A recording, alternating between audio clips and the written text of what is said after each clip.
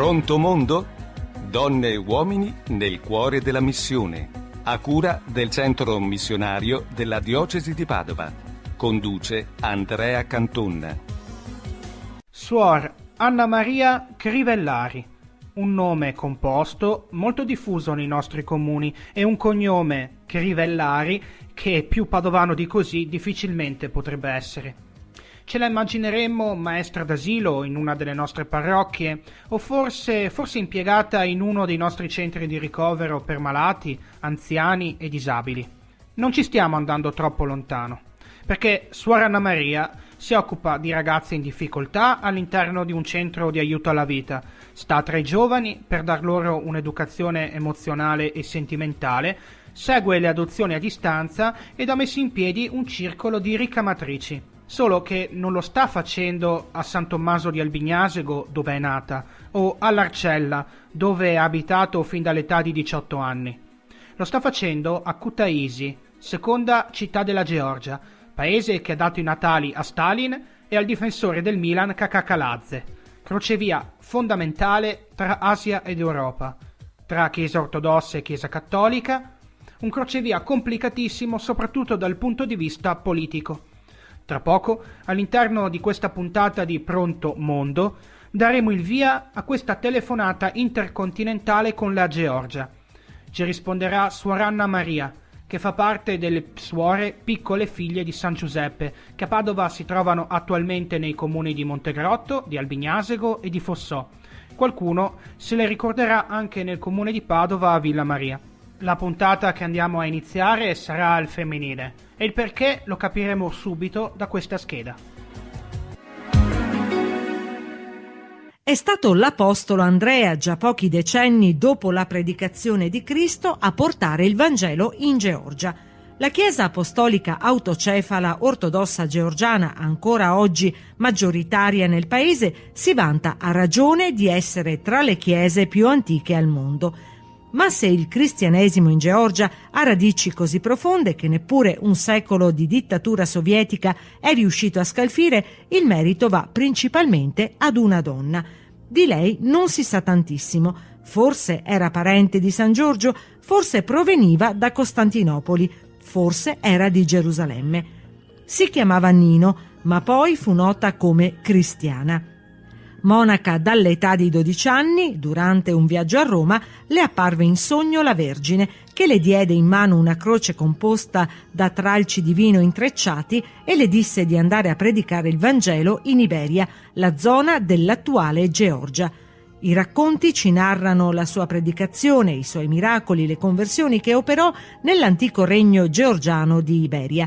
Nel 327, grazie a lei, il cristianesimo divenne religione di Stato. Morta poco più che quarantenne, la sua tomba è ancora visibile nel monastero di Bodbe a Kaeti, nella Georgia orientale. Santa Cristiana, pressoché sconosciuta in Occidente, è ancora un punto di riferimento per la religiosità popolare della Georgia. Di più, ne è un vessillo irrinunciabile. Pronto mondo? Carissimi ascoltatori, noi torniamo tra pochissimo dopo una breve pausa. Con noi in diretta da Kutaisi in Georgia, Suor Anna Maria Crivellari. Bentornati carissimi ascoltatori di Pronto Mondo, siamo in collegamento con Kutaisi in Georgia con Suor Anna Maria Crivellari. Grazie Suor Anna Maria per essere con noi. Grazie anche a voi e buongiorno a tutti. Dalla scheda abbiamo ascoltato questa storia di Santa Cristiana, una donna, l'evangelizzatrice della Georgia. Lei conosceva questa santa prima di partire? No, a dir la verità non la conoscevo, ma ho capito che è una figura importantissima per l'evangelizzazione. È una donna, una giovane, una persona coraggiosa, tanto da sfidare il tiranno che la voleva a suo servizio. Lei con delle altre giovani, come dice la tradizione, fuggono dalla Cappadocia, dall'Armenia e arrivano in Georgia. Proprio qualche giorno fa abbiamo celebrato, il 27 di gennaio, abbiamo celebrato la sua solennità, la sua festa liturgica. Tutta la chiesa della Georgia è sotto la sua protezione. con la sua fede nella croce ha vinto il paganesimo che sussisteva in Georgia in quel tempo dopo la predicazione dei santi Andrea e Simone, a cui è da dove è stata fondata la chiesa. Santa Cristiana è stata quindi una santa missionaria ante litteram, prima che insomma la parola missione venisse coniata. Lei adesso è missionaria in Georgia, però la sua vocazione non è nata primariamente come quella di missionaria. Sì, precisamente non è nata come missionaria. Io sono nata in una famiglia molto ricca di fede. L'esempio dei miei genitori mi ha segnata, e però a 21 anni, non prima, diceva mia mamma, a 21 anni sono partita per diventare suora presso la congregazione delle piccole figlie di San Giuseppe. No, pur dando questa disponibilità della mia vita a Dio, non mi sentivo ancora pronta per la vita missionaria, ma il Signore mi ha preparato nel tempo, pur sapendo che un cristiano non può essere missionario, perciò cercavo proprio di prepararmi a questo per vivere pienamente la mia vocazione. Seguivo le sorelle che tornavano dal Kenya, i loro racconti, le loro storie, le loro avventure, ma anche le loro esperienze di vita, ma poi anche mi piaceva leggere con i santi, le vite dei santi, San Daniele Comboni, Rolfo Lerò, Carlo Carretto, Suor Liduina, che è una delle nostre sante padovane, finché un'ispirazione mi ha dato coraggio a scrivere la lettera di domanda per la missione, e così mi sentivo in quel momento abbastanza pronta, però la lettera poi è rimasta nel cassetto dei miei superiori per altri 10 anni. Perché la Georgia? E la Georgia era in quel tempo, in quei momenti, era non la Georgia precisamente, noi non avevamo ancora le idee chiare su questo, però a un certo punto la nostra madre mi ha chiamato e mi ha detto: tu andrai a Mosca. E sono stata a Mosca. In quel tempo le congregazioni, dopo l'89, la caduta del muro di Berlino, le congregazioni si aprivano verso la chiesa che noi chiamavamo così, la chiesa del silenzio, la chiesa perseguitata, la chiesa dove la fede è tanta ma che non si poteva parlare di Gesù e di Dio, l'ateismo, no? Del comunismo. Ecco, tutte le congregazioni si aprivano a questo, e anche la nostra congregazione in quel momento ha sentito che questa sete, questa richiesta veniva anche da questa parte. Una persona ci ha detto: non andate a Mosca, ma andate dove non c'è nessuno, perché Mosca già in quel tempo era abbastanza abitata da missionari. Perciò è spuntato poi che insomma qui erano arrivati i padri stimatini prima di noi, 1 anno e mezzo prima, e veramente qui non c'era nessuno, c'erano pochissime persone, un sacerdote, c'erano 2 suore, sì, c'erano le suore di Madre Teresa, loro arrivano sempre quasi sulla breccia delle situazioni. Sì, ricordiamo che c'erano degli padri stimatini di Verona, e uno di questi, padre Giuseppe Pasotto, poi è diventato l'amministratore apostolico di tutto il Caucaso, cioè il vescovo cattolico di riferimento per la Georgia e l'Armenia. Certo, sì, è ancora qui con noi. Ringraziamo Suor Anna Maria, torniamo tra pochissimo con lei, prima però vogliamo fare un piccolo approfondimento non solo sulla situazione dei cattolici in Georgia, ma anche sulle opere di carità che la Chiesa Cattolica, e quindi anche il ruolo di padri stimatini e delle suore come Suor Anna Maria, stanno portando avanti nella regione di Kutaisi. Una minoranza ridotta a poche decine di migliaia, spesso dalla vita non facile data la predominanza della Chiesa ortodossa. Eppure la Chiesa cattolica in Georgia è una minoranza che fa da sale e da lievito alla realtà che la circonda. Kutaisi, nell'ovest del paese, seconda città della Georgia per dimensioni, con 186.000 abitanti, ha sofferto particolarmente la dissoluzione dell'URSS. La sua economia, infatti, era prettamente industriale. Il crollo dell'Unione è stato tutto fuorché indolore. Sono tanti dunque i progetti messi in piedi dalla Chiesa Cattolica, grazie anche agli sforzi dei padri stimmatini di Verona e alle piccole figlie di San Giuseppe. Fondamentale anche in questo il lavoro in rete con partner, istituzioni e associazioni. A Kutaisi esiste un grande centro giovanile dove più di 100 ragazzi hanno l'opportunità di studiare, giocare e crescere in un ambiente protetto. Per i più grandicelli si svolgono corsi di formazione professionale e di informatica. Sempre presso il centro giovanile è attiva una mensa per i poveri anziani dai 60 agli 85 anni che vivono da soli e con pensioni insufficienti. A Kutaisi è attivo anche un piccolo ambulatorio. Sono assistiti anche pazienti ad Ozurgheti, mentre a Batumi è attivo il progetto dormitorio per i senza tetto Cuore Amico, a cui è legata la Casa della Speranza, dove giovani disoccupati senza fissa dimora hanno l'opportunità di tornare a lavorare. Suor Anna Maria, in particolare, opera in prima persona nel consultorio per la famiglia e la vita di Kutaisi, attivo con diramazioni in tutta la Georgia per combattere l'aborto e favorire la genitorialità responsabile. Pronto mondo? Donne e uomini nel cuore della missione. Eccoci di nuovo, carissimi ascoltatori, torniamo tra pochissimo con Suor Anna Maria Crivellari in collegamento da Kutaisi in Georgia. Pronto mondo? Eccoci di nuovo, cari amici di Pronto Mondo, con noi in collegamento da Kutaisi, che è la seconda città più grande della Georgia. Abbiamo Suor Anna Maria Crivellari, una religiosa padovana da quasi 20 anni, missionaria in questo paese ai confini tra Asia e Europa. Grazie Suor Anna Maria per essere con noi. Grazie anche a voi. Nella scheda che abbiamo ascoltato prima della pausa abbiamo visto tante opere realizzate dalla Chiesa. Voi vi rivolgete in maniera primaria ai cattolici, ma non solo a loro.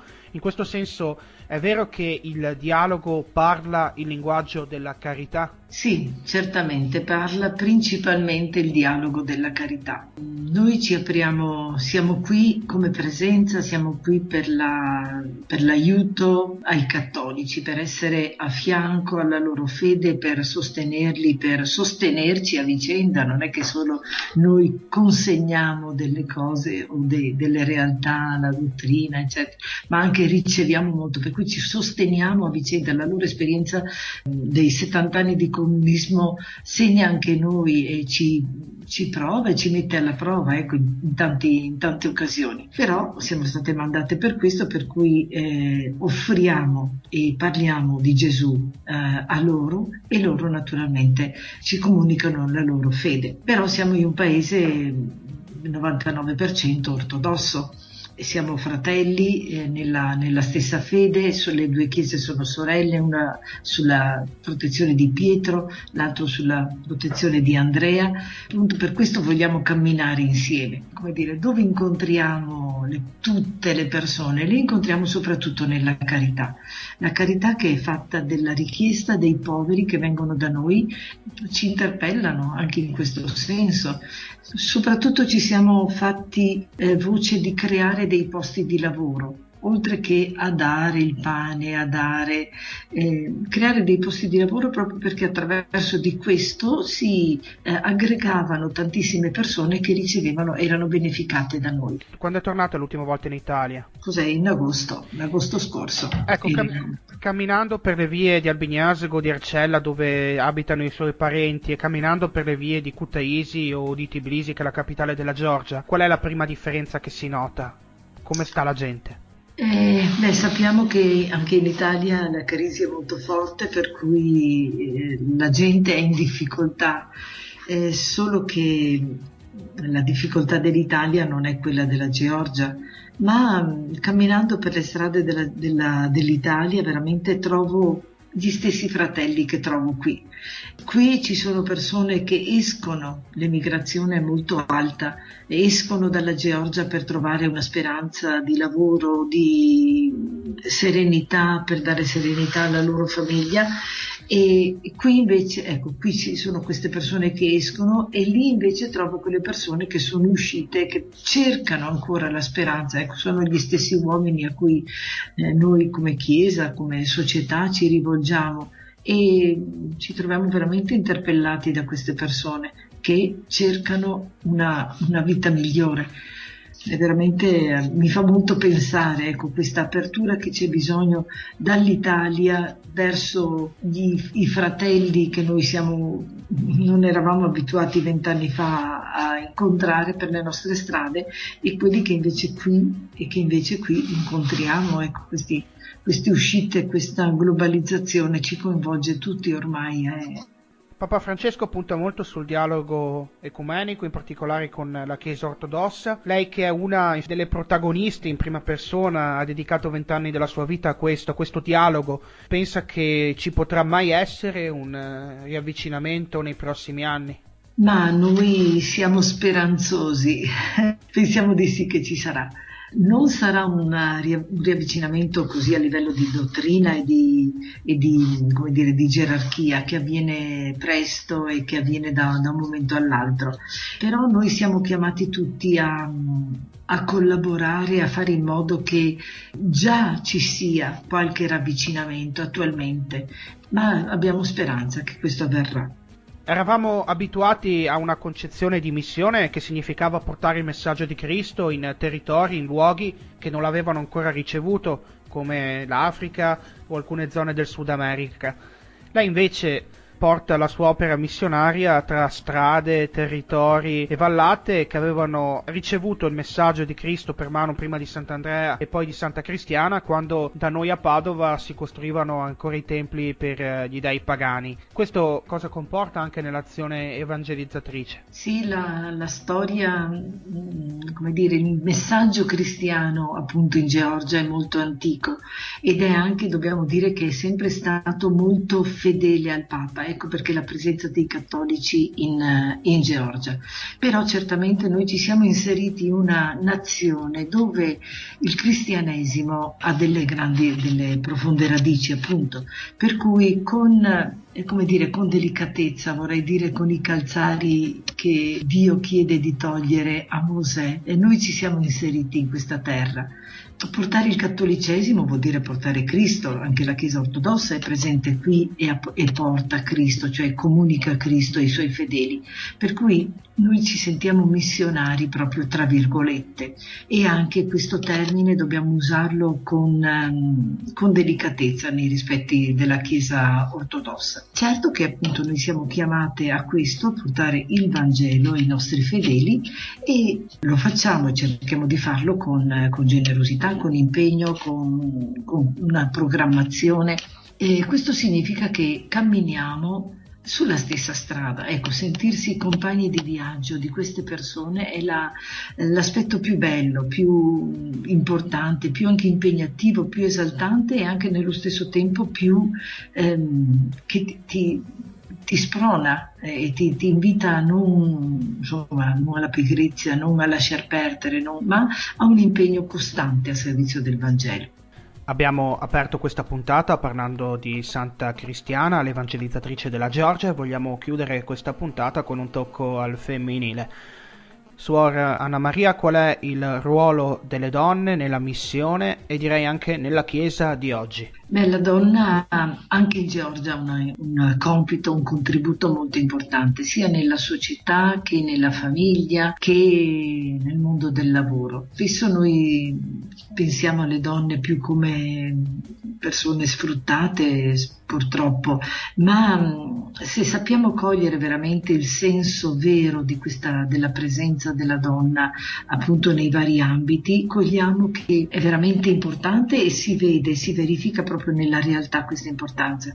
La forza, la fede, la speranza che la donna sa incutere nelle situazioni è propria, insomma. Ecco, e questa testimonianza al femminile io la vedo molto, la vedo determinante. Spesse volte lo tocchiamo molto con mano, io in particolare, vivendo nella situazione proprio della realtà del Centro per la Vita, l'attenzione alla famiglia, la vedo non di supporto, ma con un protagonismo specifico, non con una contrapposizione al maschile, ma proprio con una situazione di impegno reciproco, perché tutta la famiglia, la società si cammini insieme, ecco, e questo sta dando già i suoi frutti. Cerchiamo così di formare anche le nostre giovani, di aiutarle a realizzare il meglio di sé proprio nella loro femminilità. Grazie Suor Anna Maria per la sua missione, per la sua testimonianza, per il suo esempio e anche per le parole che ci ha rivolto oggi. Grazie anche a voi, a presto. Noi carissimi ascoltatori ci diamo appuntamento alla settimana prossima per un'altra telefonata, un altro viaggio, un'altra storia di missione.